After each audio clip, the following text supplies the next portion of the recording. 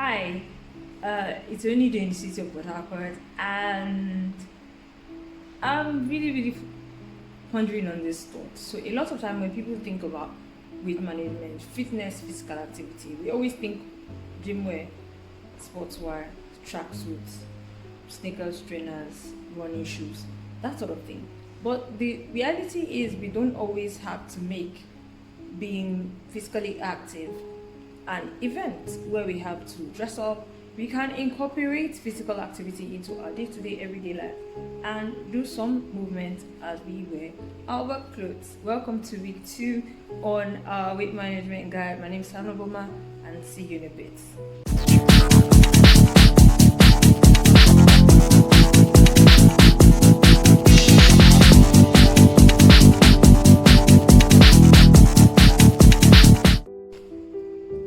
Hi, so welcome to week 2. We are so glad you made it through to week 1. Hope you're well settled in and ready for this new week. So this new week, we had a lot of information last week, so we're not going to throw so much at you in this new week. We're just basically going to keep reducing, being consistent, and swapping. But then we're going to add something extra, okay? So in this week, we're going to be trying to balance that rhythm of reducing, being consistent, and swapping. And we're going to challenge ourselves to move a little bit more on our weight management program this week. Okay? So our focus is finding a nice balance in your meals and fun and innovative ways to stay active. Find the balance with your meals and fun and innovative ways to stay active and keep moving. So this week, remember, every single day of the week, balance and move. That's our charge for the week. Balance and move. It's kind of like somebody walking on a balancing beam. You're trying to make sure you maintain your stance so you don't fall off the beam. Pretty much. So we have a lot of goals, we have a lot of things that we want to achieve, but we just need to strike a healthy balance of our habits and our meals and our physical activity so we don't fall off of our health goals. Okay. So we have what we call a healthy eating guide. It essentially shows us the required portion for each class of food to ensure a balanced diet. So eating a balanced diet can be like a balancing beam, like I said. So you need to get the right balance of everything. And so if you check your weight management guide, you see like a really colorful chart showing us different classes of food, and it kind of reminds me of our elementary school days. Remember last week we established the fact that every class of food is important, or unless medically advised against, you should not remove or exclude any class of food from your diet. Just maintain a healthy portion. So today we're specifying what a healthy portion is, but just a bit of a disclaimer. So there are some really nice snacks and pictures on the corner of the healthy eating guide, and it says you can have a little of them. Remember our golden rules on the weight management plan. I'm not having any of those for 31 days. I know it's a bit challenging, it's a bit difficult. I mean, it's just about the time you say I want to get fast, and then you then realize, okay, you wake up in the morning, which on a normal day you would have been able to go without having something, but the fact that you know that okay, you're fasting, you then have the temptation to eat. So this happens as well. It might not have been typical of you to have a drink or have a snack or whatever, but all of a sudden the fact that you're staying away from it kind of puts you into a position where someone gives you a drink, or you have to go for a wedding and an event. So I really like to say, so when you go for an event in these 31 days, kind of like just prepare your heart that okay, I'm going to look for the healthy option, have the healthy option, and water is what I'm going to have. So you don't get yourself in the balance of what it is, what it's not. And if you can get a takeaway pack, it can just be nice to have a takeaway pack and then get to your space at home, your eating space, remember, and then just enjoy your meal. I really want to challenge us to have that space so much, so because I feel like having a place to eat somehow is like a discipline in itself as well. So it's such that like people might literally think that there's something about that place that if you don't eat there, something is going to happen to you. But it's just just that discipline of having that space and knowing that okay, it's just in this space am I eating meals that I have something to eat. So let's just do. We said 5 a day, fruits and vegetables, so 5 portions. And if you check in this weight management guide, there are videos that literally show you like portions. Or so I'm not really going into that sort of detail. I just want to just basically brush up on it. So work towards eating 5 portions of fruits and vegetables a day. It's a general rule of thumb: fruits and vegetables should make up a third of our meals. So you see the chart, a third of your meals should be fruits and vegetables. They get kind of like that. The big shareholders involved should be eating essentially. And this is fresh, frozen, tin, canned, and all that. But just be sure with anything that is processed, just ensure that whatever it is, it doesn't have like added sugar, preservatives, and things like syrups used to preserve them, and that's quite a lot. So you might just want to just look for the fresh thing. But if you have no other options but to have canned or frozen, why not? And dried fruits. But then you're encouraged to remember to limit your fruit juice and smoothies to a combined total of 150 ml per day. Fruits and vegetables are excellent sources of vitamins, minerals, and fibers. So if you want to have like an orange or something, please just eat every single part of it that is edible, because so you don't want to miss out on all the healthy things that come with it. Then the next set are carbohydrate, carbs. Carbs have been in bad light with people when it comes to weight management, because a lot of times if you cut them down, since they're really big energy givers, you tend to really cut down, and then you see a lot of results. But rather than remove them completely, because they're essential for our well-being, we advise you to reduce them. So just over 1/3 of your diet should be carbohydrates, and then base your meal on starchy food like potatoes, rice, bread, pasta. Choose higher fibers or whole grain versions whenever possible, and then because they give us the energy really. And then you could also leave potato skins on, because it makes it a lot more nutritious. And then proteins are our next friends, so we need smaller portion than fruits and vegetables and starchy food, but things like beans, pulses, like lentils and chickpeas, and fish, eggs, meat, and other protein sources in our diets. They're fundamental. So pulses are good low fat, high fiber, and high protein alternatives to meat. Okay, so you could research into them some more. Then choose lean cuts of meat and eat less red and processed meat. Aim for at least 140 gram portions of fish per week, one of which should be oily fish. Okay. Another thing that's really good for us is dairy products and their alternatives. So we need a smaller portion of protein foods. So notice it that it keeps getting smaller and smaller and smaller and smaller as we come down the list. Yes. So these things like milk, cheese, yogurt, dairy alternatives like soya drinks and yogurts are okay for us to have, but we need to know the portion, okay? And then we opt for lower fat options as well, and lower sugar options when possible. And then these foods are good sources of protein, some vitamins, and calcium. So they're important for our bone health. So you can see why we need them in our diet. Oils and spreads. So we need really small amounts of this. I would say these are the things you should be reducing. You usually have a lot of them.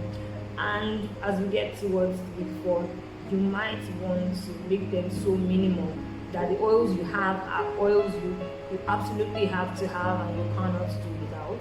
So if you could do without a spread or something like that, why not? But remember that they're high in energy, and so use them sparingly. And then we said the foods that we eat less often and small amounts. So once one is over, this is how you should relate with this, okay? So once the 31 is over, these particular lovely treats are things you can treat. Like I said, it's not like the French one is like the ultimate benchmark of what is ideal, but we see it in their patterns and in their culture that they get to have a snack here from time to time, but in small portions. I think one of the things that is a takeaway from this is that you could have it, but try to have a little bit and enjoy the little bits that you have, and not like have so much of it because of its high calorie content. So you can enjoy a chocolate bar after the 31. You can enjoy any of those treats, but except medically advised against. But just ensure you keep them minimal and small, not have like so much of it. So I think I should just share this I had somebody buy me like a pack of chocolate, and so I haven't had them in like celebrations, and I haven't had them in like a really long time. And I'll pay that much for them. And they're really, really small and really nice, and the fact that I knew that, okay, look, this is something that I'm not going to be having, not even because of the weight, not like the weight issue, but like the personal kind of discipline I had developed, because I had made an observation, but I just knew like, hey, it was really best if I stayed away from this so I had as little as possible. But here it is, that was a gift and it was mine, so I split it into half, and then so I was giving essentially half of it away because I didn't want to indulge too much. And then I had I planned to have one a day. I mean, I succeeded in doing this before. I had like a whole bag of treats that I bought, biscuits, cookies, and things like that, corn, and all those kind of lovely things. And then from like one of my favorite places to get those things from. And I had kept that for like a really long time. So in my mind, I'm like, I have this all. I have it all held down, and I'm going to go. Then I had one, and I'm like, okay, I have one of each, and then I'll be fine. And I had another one, and I had another one, and I'm like, okay, I need to start keep this for. So the long and short of it is, I had planned to just have a little here and there, but I ended up having so much, and then I had to now go and then meet people that I had gifted the other half, who I had noticed were not really that interested in it. And then they offered me, and I'm like, oh, thank you so much. So I'm just trying to tell you that it's not going to be a walk in the park. It might still be that you would have to put that discipline. And then there will be times when we really indulge and have some milk, but just know that these ones are things that you should really have minimally because of their high calorie content. So also in the program, remember to drop the ball because keep moving. But for 21 days, try, because you're trying to train your taste bud to be able to recognize those things as strange. But it's not going to happen if you keep having them. If you keep having them, then you'll be used to how they taste. But if you stay away from them for a period of 31 days, your taste bud kind of gets adjusted to the point where there are some that you might not be able to have again because you think, oh my God, this is too sweet. So that's what we're really trying to achieve by saying stay away from it. In addition to the fact that it has no calories, and also you saving yourself that additional pitfall of something that gives you some calories that you don't know to have because of your health goals. So the next thing that is important is food. So drink plenty of water, aim for 6 to 8 cups of water, 4 glasses per day. Water, lower fat drinks like milk, lower sugar drinks as well, sugar-free drinks, tea, coffee, they all count for your liquid intake. But on this program, we really want to encourage you to drink more water than any other thing. Again, I'm trying to get you to get used to drinking water as the fluid that you use to quench your thirst, as opposed to other things. And then limit fruit juices and smoothies. Again, like we said earlier, to 150 ml a day due to their sugar content. So fruits and juices are not innocent of sugar content. It's just that they are natural sources of this. That's why we encourage them as healthy swaps to sodas and other things. So how does the Eat Well guide work? It basically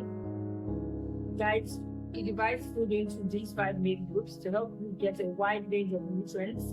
So it's okay for a combination of foods to have elements from different groups. Just consider how they fit into the overall guide to achieve balance. So it's a game of balance. From time to time, just try to make that balance. It might take a while, but just try to make that balance from time to time. So who does this guide apply to? The Eat Well guide is suitable for most people regardless of your weight, whether you eat meat or a vegetarian. Individual specific dietary requirements and medical needs should consult a registered dietitian for personalized advice, okay, like we said earlier. And it does not apply to children under the age of 2. So children under the age of 2 have different nutritional needs. So after the age of 2, then children should follow the same principles as the rest of the family. Just like a general attention notes, okay? Pay attention to food labels to help you choose options that are low in fat and then saturated fat, sugar, and salt. Most women need around 2,000 calories a day, so and most men need around 500 calories a day. But individuals' needs vary based on activity level and other factors. So what that means is, yeah, that's just like a suggested daily dietary intake. But some people that have more serious activities in the day might require more than that. Somebody might say, oh, I have more serious activities, I want to do this portion of my meal. This is the thing. You can guarantee that you're going to be able to burn it and not store it. But then it's too much of a risk, okay? So let's just stick to the minimal portions and have a good go of 30 minutes. Let's get moving. Now, for this week, we would like you to research on fun activities that you enjoy doing that can be done within the confines of your home or environment and that are simple, okay? So take walks, you can spin, you can dance. But institute activities, if you've not really been active, put a check on it. And you can also speak to a health professional before you begin learning things like tennis, basketball, actual sports if you want to. I think those are really good for you because you're learning, your mind is not really on the activity and you're having fun, and then you're getting a tool that can help you in your being active. So fun activities like skipping, again we said it, doing with a group, like dancing around the chair game, so people just like play music to a set number of minutes and then you stop and then somebody else takes it. And so whilst you're doing as a group at the family, mom, get your children, skip a little bit, give them, everybody has fun, laugh. So you take away that stress of, oh, I'm about to work out now, this is what I need to do to shed some weight. It's a different manner of approach, okay? And then music. So I need to take on research. So I need to take on assignment, okay? Research a video of a long distance runner and then hear them share their journey, hear their stories of how they grew up, their childhood, and where. So in between all those stories, in between the lines, there's always that conversation where you realize somebody's habits, somebody's activities that led them into that line, and then you notice certain things about them. Okay, most of them oftentimes come from places where they have to maybe walk long distances or they have to go to school, not areas that are like mountains and all of that. So some of them had this, the point we are trying to make is some of them had this as a lifestyle before it became a career that they started doing. So we're encouraging you that it doesn't have to be rigorous, it doesn't have to be difficult for it to be impactful. And then successfully, if you can consistently do this for 150 minutes in a week, just mild activity, it will be really, really great. Alright, so the slower you are, the more you can spend time on build strength to then go consistently. So if you're doing a walk, don't feel bad that you're not moving at a very, very fast pace, okay? Just do what you have to do. What you're trying to do is cultivate the habit of being active first before you now think about increasing the intensity. Because we've seen it from these runners that it's not really so much about the intensity, like the longevity, like the consistency of it. Now, for you to track your progress is very important. So a lot of smartphones and digital devices are very helpful. Smartwatches, even your mobile phone. Like your mobile phone can literally be that thing that helps you to check your steps. A lot of brands have that. So they help with activity tracking, sleep monitoring. There are also smartwatches that we said. But there are also applications that can help you. I remember a lady saying that she had the 7-minute workout app where she basically just helps her. So there are lots of new technology, there are a lot of options. You might want to research on them and then see what works for you. Fitness and exercise technology as well. So when the best time that technology makes practically everything easier, including calorie check, physical activity progress check. So make the most of your smartphone, make the most of your gadgets and your devices. And even you can get an app for drinking water that literally sets times where it reminds us of, hey, drink a cup of water, drink a cup of water. I remember when I was trying to increase the frequency at which I was drinking water at a time in my life, I got an app and the app was really what I do. So every time it nudged me, I got a glass of water. And then when I had my glass of water or my bottle of water at a place of life, and then inputted it into my day's feed on the app. So at the end of the day, it would have told me if I met my goal or not. The same thing with taking a walk or steps. Once you have a goal on your app, it tells you, oh, you've done this, you feel your goal for the day. It's having the technology monitored you kind of like just like this motivation that so you need things that positively motivate you essentially. Things that are positively motivating you to keep doing it. There are also apps that you could actually scan like food items and it can tell you the calorie content. You have apps that you can put in what you're having and then they can just be like your log for calories. So the internet is your oyster, the world is a global village now. Jump in on it and then find something that works for you and incorporate it in tracking your progress. But the most important thing is you need to track your progress because next week where we come, we're going to be talking about what we noticed whilst we were tracking your progress about physical activity and eating. Okay, make sure you use your habit tracker to track what you're doing and keep staying motivated. Try to set this up as much as you can. If you need any help, speak to our facilitator and we will provide necessary information as much as possible. Remember, maintain a healthy balance, keep moving. All the best. Below are links for more information. So we have links for more information. You might want to dive into them, watch the videos, read the articles, and we'll see you again next week. Remember, keep balancing, keep moving, reduce, be consistent, and swap. I'm Rita Novoma. See you next week. Cheers.